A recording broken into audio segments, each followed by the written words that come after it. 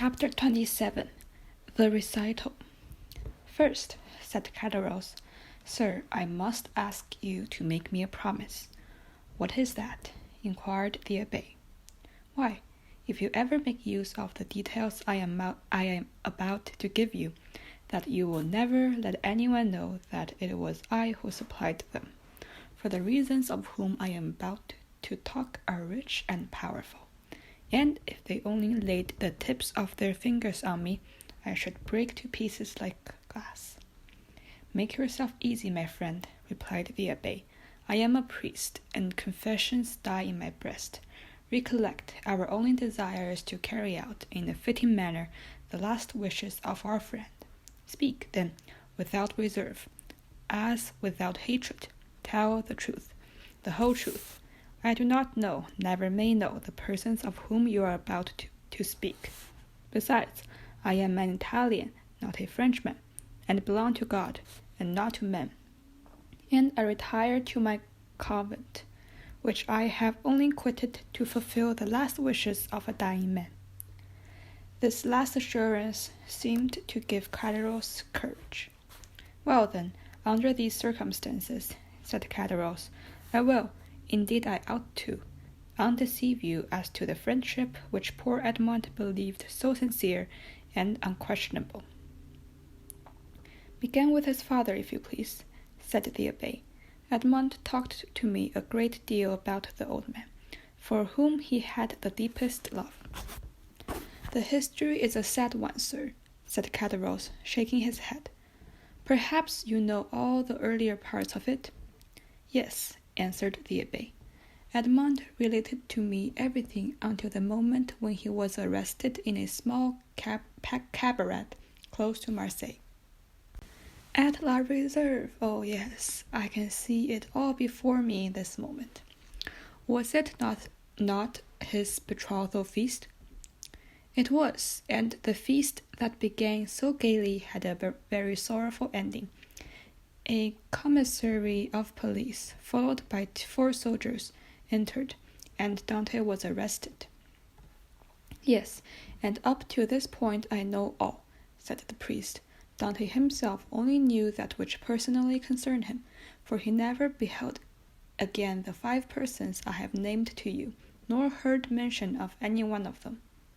"Well, when Dante was arrested, Monsieur Morel hastened to obtain the particulars, and they were very sad. The old man returned alone to his home, folded up his wedding suit with tears in his eyes, and paced up and down his chamber the whole day, and would not go to bed at all, for I was underneath him and heard him walking the whole night.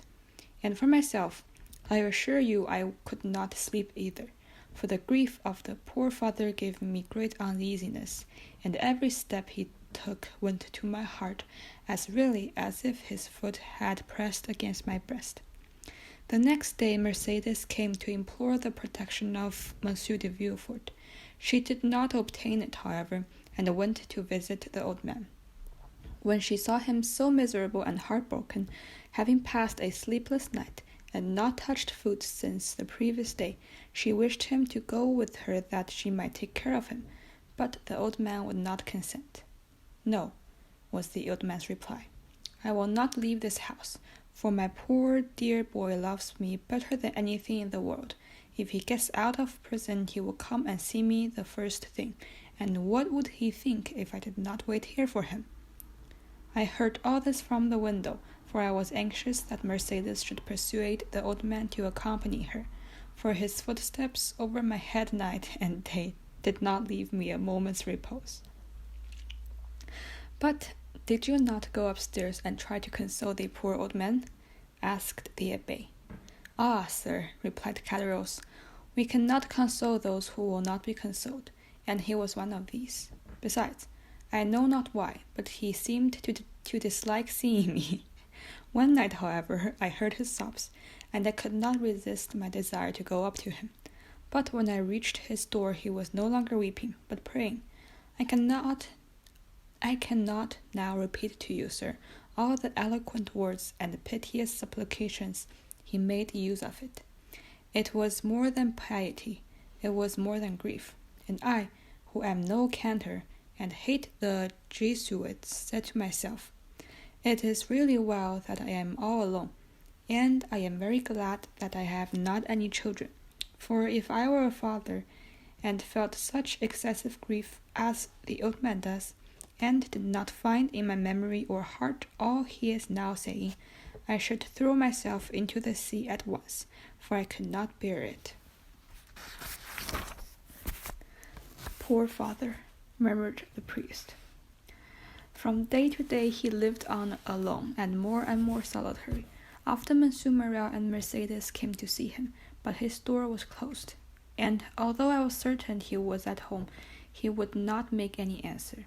One day when, contrary to his custom, he had admitted Mercedes, and the poor girl, in spite of her own grief and despair, endeavored to console him, he said to her, "Be assured, my dear daughter, he is dead, and instead of our awaiting him, it is he who is awaiting us. I am quite happy, for I am the oldest, and of course shall see him first." However well disposed a person may be, why, you see, we leave off after a time seeing persons who make one melancholy. And so at last old Dante was left all to himself, and I only saw from time to time strangers go up to him and come down again with some bundle they tried to hide. But I guessed what these bundles were, and he sold by degrees what he had to pay for his subsistence. At length the poor old fellow reached the end of all he had. He owed 3/4 rent, and they threatened to turn him out. He begged for another week, which was granted to him. I know this, because the landlord came into my apartment when he left his. For the 3 first days I heard him walking about as usual, but on the 4th I heard him no longer. Then I resolved to go up to him, at all risk. The door was closed, but I looked through the keyhole, and saw him so pale and haggard, and believing him very ill, I went and told Monsieur Morel, and then ran on to Mercedes. They both came immediately, Monsieur Morel bringing a doctor, and the doctor said it was an affection of the stomach, and ordered him a limited diet. I was there too, and I shall never forget the old man's smile at this prescription. From that time he opened his door. He had an excuse for not eating any more, as the doctor had put him on a diet. The abbé muttered a kind of groan. "The story interests you, does it not, sir?" inquired Caderousse. "Yes," replied the abbé, "it is very affecting." Mercedes came again, and she found him so altered that she was even more anxious than before to have him taken to her own abode. This was Monsieur Morel's wish also, who would fain to have conveyed the old man against his consent, but the old man resisted, and cried so that they were actually frightened. Mercedes remained, therefore, by his bedside, and Monsieur Morel went away, making a sign to the Catalan that he had left his purse on the chimney-piece. But, availing himself of the doctor's order, the old man would not take any sustenance.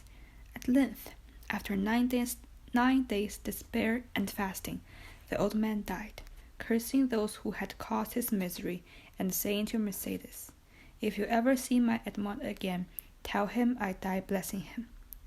The abbé rose from his chair, made 2 turns around the chamber, and pressed his trembling hand against his parched throat. "And you believe he died of hunger, sir?" "Of hunger," said Caderousse. "I am as certain of it as that we two are Christians."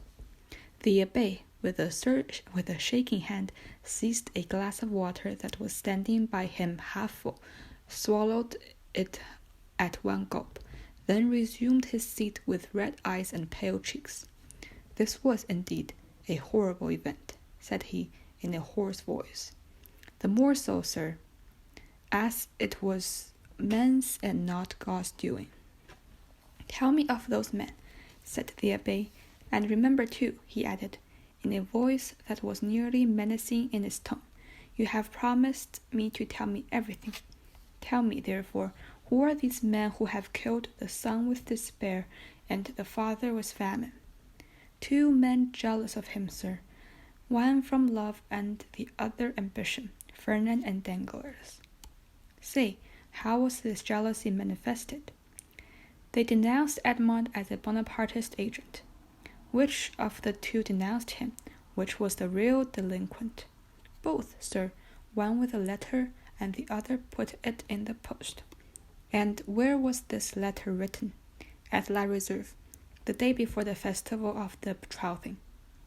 'Twas so, then, 'twas so, murmured the Abbé. Oh, Faria, Faria, how well did you judge men and things? What did you please to say, sir?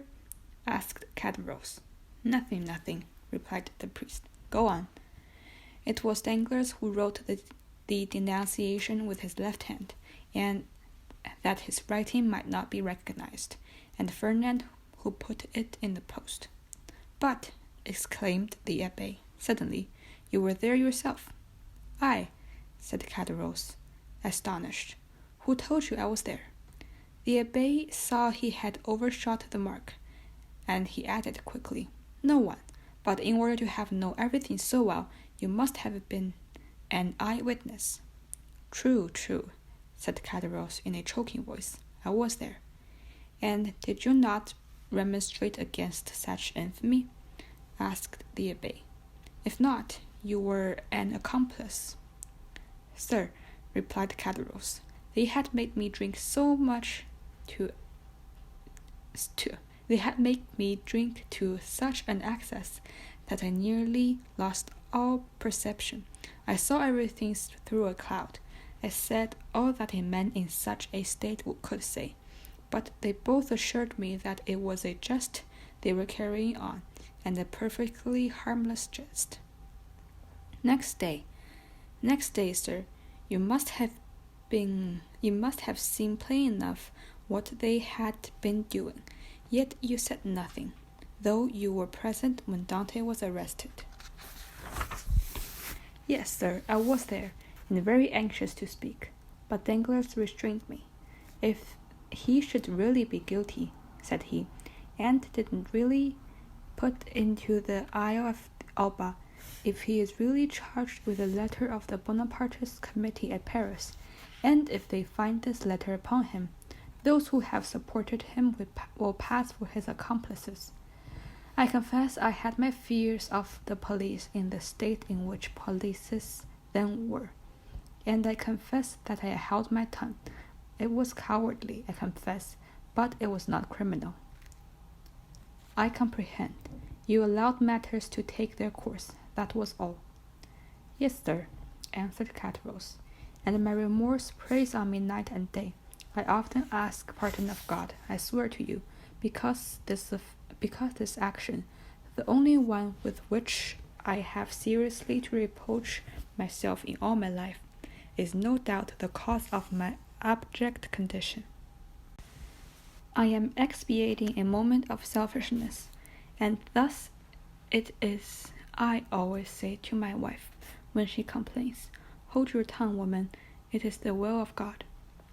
And Caderousse bowed his head with every sign of real repentance. Well, sir, said the Abbé, you have spoken unreservedly, and thus to accuse yourself is to deserve pardon. Unfortunately, Edmond is dead, and has not pardoned me. He was ignorant, said the Abbé, but he knows it all now, interrupted Caderousse. They say the dead know everything. There was a brief silence. The Abbé rose and paced up and down pensively, and then resumed his seat. You have 2 or 3 times mentioned a Monsieur Morel, he said. Who was he? The owner of the Pharaon and patron of Dante. And what part did he play in this sad drama? Inquired the Abbé.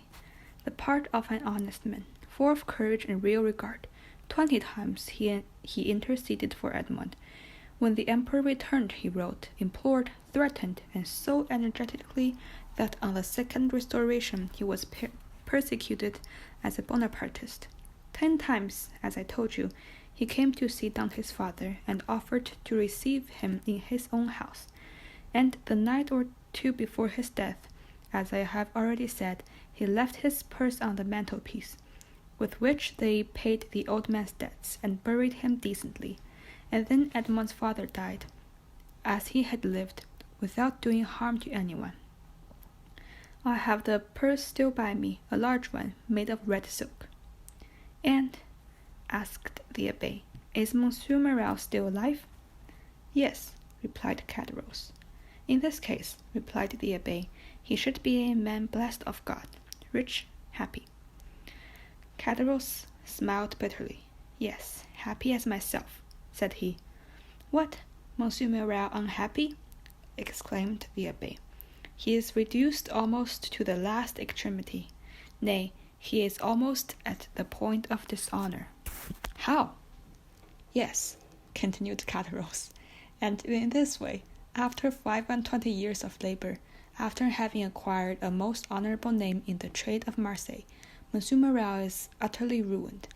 He has lost 5 ships in 2 years, has suffered by the bankruptcy of 3 large houses, and his only hope now is in that very Pharaon which poor Dante commanded, and which is expected from the Indies with a cargo of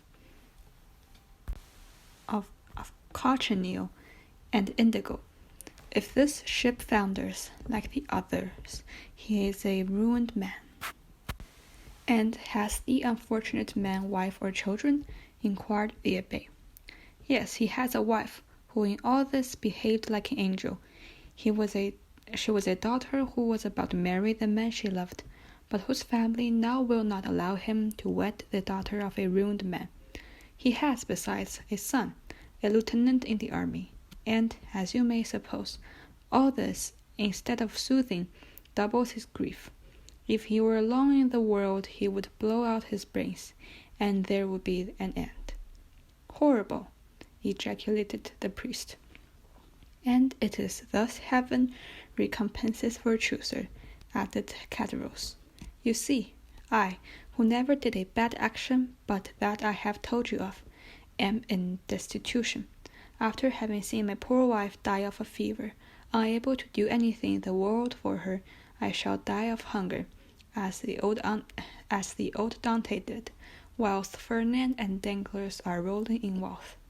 How is that? Because all their malpractices have turned to luck, whilst honest men have been reduced to misery. What has become of Danglars, the instigator, and therefore the most guilty? What has become of him? Why, he left Marseille, and was taken, on the recommendation of Monsieur Morel, who did not know his crime, as cashier into a Spanish bank. During the war with Spain, he was employed in the commissariat of the French army, and made a fortune. Then, with that money, he speculated in the funds, and trebled or quadrupled his capital. And having first married his banker's daughter, who left him a widower, he has married a second one, a widow, a Madame de Nargonne, daughter of Monsieur de Salvier, the king's chamberlain, who is in high favor at court.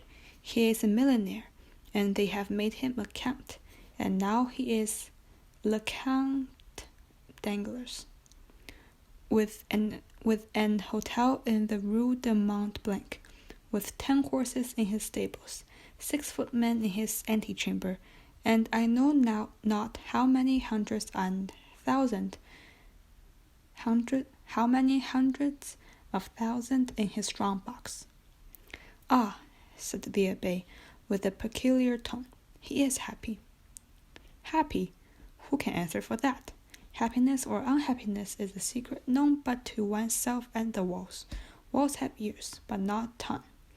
If a large fortune produces happiness, Danglars is happy. And Fernand?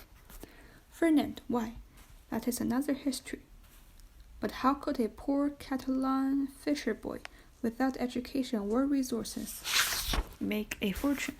I confess this staggers me. Ah, it has staggered everybody. There must have been in his life some strange secret no one knows. But then, by what visible steps has he attained this high fortune or high position? Both, sir. He has both fortune and position. Both. This must be impossible. It would seem so, but listen, and you will understand. Some days before the return of the emperor, Ferdinand was drawn in the conscription. The Bourbons left him quietly enough at the Catalans. But Napoleon returned, and the extraordinary muster was determined on, and Ferdinand was compelled to join. I went too, but as I was older than Ferdinand, and had just married my poor wife, I was only sent to the coast. Ferdinand was enrolled in the active army, went to the frontier with his regiment, and was at the Battle of Ligny. The night after the battle, he was sentry at the door of a general who earned on a secret correspondence with the enemy. The same night, the general was to go over to the English. He proposed to Ferdinand to accompany him. Ferdinand agreed to do so, deserted his post, and followed the general. That which would have brought Ferdinand to a court-martial if Napoleon remained on the throne served for his recommendation to the Bourbons. He returned to France with the epaulet of sub-lieutenant, and as the protection of the general, who is in the highest favor, was accorded to him. He was a captain in 1823, during the Spanish War, that is to say, at the time when Danglars made his early speculations. Ferdinand was a Spaniard, and being sent to Spain to ascertain the feeling of his fellow countrymen, found Danglars there, became on very intimate terms with him, promised to his general to obtain support from the royalists of the capital and provinces, received promises and made pledges on his own part, guided his regiment by paths known to himself along in gorges of the mountains kept by the royalists, and in fact rendered such services in this grief campaign that, after the taking of the Trocadero, he was made colonel, and received the title of count and the cross of an officer of the Legion of Honor. Destiny, destiny, murmured the abbé. Yes, but listen, this was not all. The war with Spain being ended, Ferdinand's career was checked by the long peace which seemed likely to endure throughout Europe. Greece only had risen against Turkey, and had begun her war of independence. All eyes were turned toward Athens. It was the fashion to pity and support the Greeks. The French government, without protecting them openly, as you know, tolerated partial migrations. Ferdinand sought and obtained leave to go and serve in Greece, still having his name kept, during his sojourn, in the ranks of the army. Some time after, it was stated that the Comte de Morcerf, this was the name he bore, had entered the service of Ali Pacha with the ranks of instructor general. Ali Pacha was killed, as you know, but before he died, he recompensed the services of Ferdinand by leaving him a considerable sum, with which he returned to France, when his rank of lieutenant general was confirmed. So that now, inquired the abbé. So that now, continued Caderousse, he possesses an magnificent hotel, number 27 Rue de Helder, Paris. The abbé opened his mouth, remained for a moment like a man who hesitates. Then, making an effort over himself, he said, "And Mercedes, they tell me that she is disappeared?" "Disappeared," said Caderousse. "Yes, as the sun disappears, to rise the next day with still more splendor." "Has she made a fortune also?" inquired the abbé, with an ironical smile. "Mercedes is at this moment one of the greatest ladies in Paris," replied Caderousse. "Go on," said the abbé. "It seems as if I were hearing the recital of a dream, but I have seen things so extraordinary that those you mentioned to me seem less astonishing." Mercedes was at first in the deepest despair as the at the blow which deprived her of Edmond. I have told you of her attempts to propitiate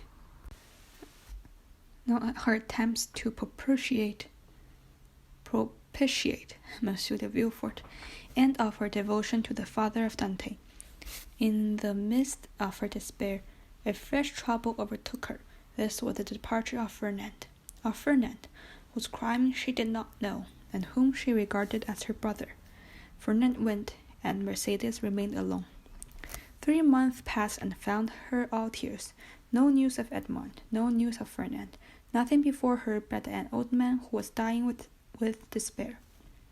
One evening, after having been seated, as was her custom, all day at the angle of 2 roads that lead to Marseille from the Catalans, she returned to her home more depressed than ever. Neither her lover nor her friend returned by either of these roads, and she had no intelligence of one or the other. Suddenly she heard a step she knew, turned around anxiously. The door opened, and Fernand, dressed in the uniform of a sub-lieutenant, stood before her. It was not the half that she bewailed, but it was a portion of her past life that returned to her. Mercedes seized Fernand's hand with a transport which he took for love, but which was only joy at being no longer alone in the world, and seeing at last a friend, after long hours of solitary sorrow. And then, it must be confessed, Fernand had never been hated. He was only not precisely loved. Another possessed all Mercedes' heart. That other was absent, had disappeared, perhaps was dead. At this idea, Mercedes burst into a flood of tears, and wrung her hands in agony. But this idea, which she had always repelled before when it was suggested to her by another, came now in full force upon her mind. And then, too, old Dante incessantly said to her, "Our Edmond is dead. If he were not, he would return to us." The old man died, as I have told you. Had he lived, Mercedes perhaps had not become the wife of another, for he would have been there to reproach her infidelity. Fernand saw this, and when he learned the old man's death, he returned. He was now a lieutenant. At his first coming, he had not said a word of love to Mercedes. At the second, he reminded her that he loved her. Mercedes begged for 6 months more to expect and bewail Edmond. "So that," said the abbé with a bitter smile, "that makes 18 months in all. What more could the most devoted lover desire?" Then he murmured the words of the English poet, "Frailty, thy name is woman." 6 months afterward, continued Caderousse, the marriage took place in the church of Caux, the very church in which she was to marry Edmond, murmured the priest. There was a change of bridegroom, that's all. "Well, Mercedes was married," proceeded Caderousse, "but although in the eyes of the world she appeared calm, she nearly fainted as she passed La Réserve, where, 18 months before, the betrothal had been celebrated with him whom she would have seen that she still loved, had she looked at the bottom of her heart. Fernand, more happy, but not more at his ease, for I saw at this time he was in constant dread of Edmond's return. Fernand was very anxious to get his wife away, and to depart himself. There were too many dangers and recollections associated with the Catalans, and 8 days after the wedding they left Marseille. "Did you ever see Mercedes again?" inquired the priest. "Yes, during the War of Spain, at Perpignan, where Fernand had left her. She was attending to the education of her son." The abbé started. "Her son?" said he. "Yes," replied Caderousse, "little Albert. But, then, to be able to instruct her child," continued the abbé, She must have received an education herself. I understood from Edmond that she was the daughter of a simple fisherman, beautiful but uneducated. Oh, replied Caderousse. Did he know so little of his betrothed? Mercedes might have been a queen, sir, if the crown were to be placed on the head of the loveliest and most intelligent. Her fortune had already become great, and she became great with her fortune. She learned drawing, music, everything. Besides, I believe, between ourselves, she did this in order to distract her mind, that she might forget, and she only filled her head thus in order to alleviate the weight on her heart. But now everything must be told, continued Caderousse. No doubt fortune and honor have comforted her. She is rich, a countess, and yet— Caderousse paused.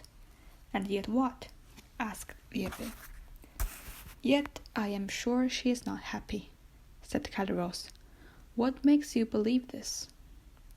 Why, when I have found myself very wretched, I have thought my old friends would perhaps assist me, so I went to Danglars, who would not even receive me.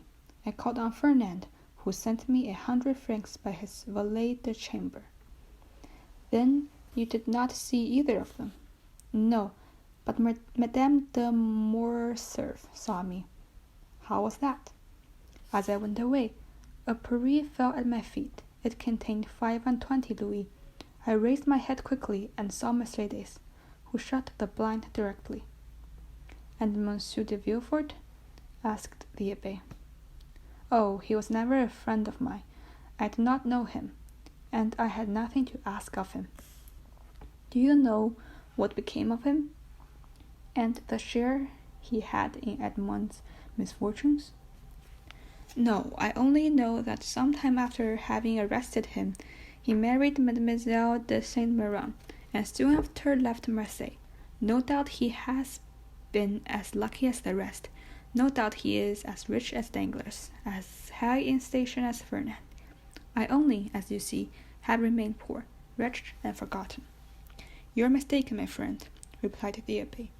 God may seem sometimes to forget for a while, whilst his justice reposes, but there always comes a moment when he remembers, and behold, a proof. As he spoke, the Abbé took the diamond from his pocket, and giving it to Caderousse, said, Here, my friend, take this diamond, it is yours. What, for me only? Cried Caderousse. Ah, sir, do not jest with me. This diamond was to have been shared amongst his friends. Edmond had one friend only, and thus it cannot be divided. Take the diamond, then, and sell it. It is worth 50,000 francs. And I repeat my wish that this sum may suffice to release you from your wretchedness. Oh, sir, said Caderousse, putting out one hand timidly, and with the other wiping away the perspiration which bedewed his brow. Oh, sir, do not make a jest of the happiness or despair of a man. I know what happiness and what despair are, and I never make jest of such feelings. Take it, then, but in exchange. Caderousse, who touched the diamond, withdrew his hand. The Abbé smiled. In exchange, he continued, give me the red silk purse that Monsieur Morel left on old Dante's chimney-piece, and which you tell me is still in your hands. Caderousse, more and more astonished, went toward a large oaken cupboard, opened it, and gave the Abbé a long purse of faded red silk, round which were 2 copper rings that had once been gilt. The Abbé took it, and in return gave Caderousse the diamond.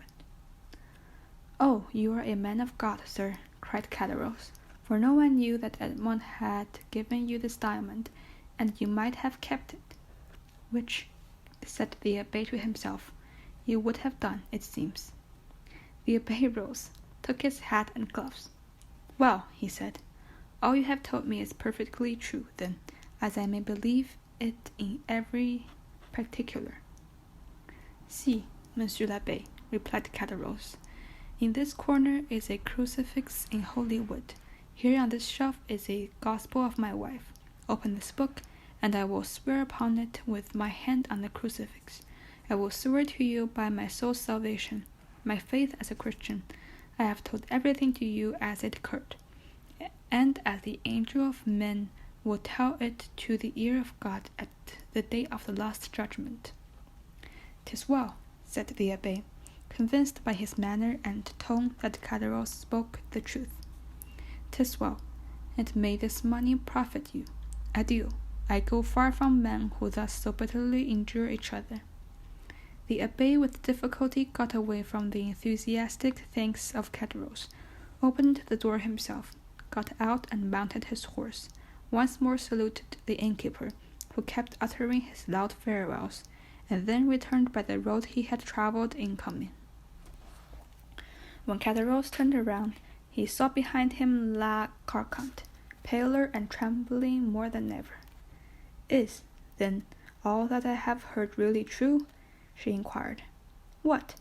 That he has given the diamond to us only?" inquired Caderousse, half bewildered with joy.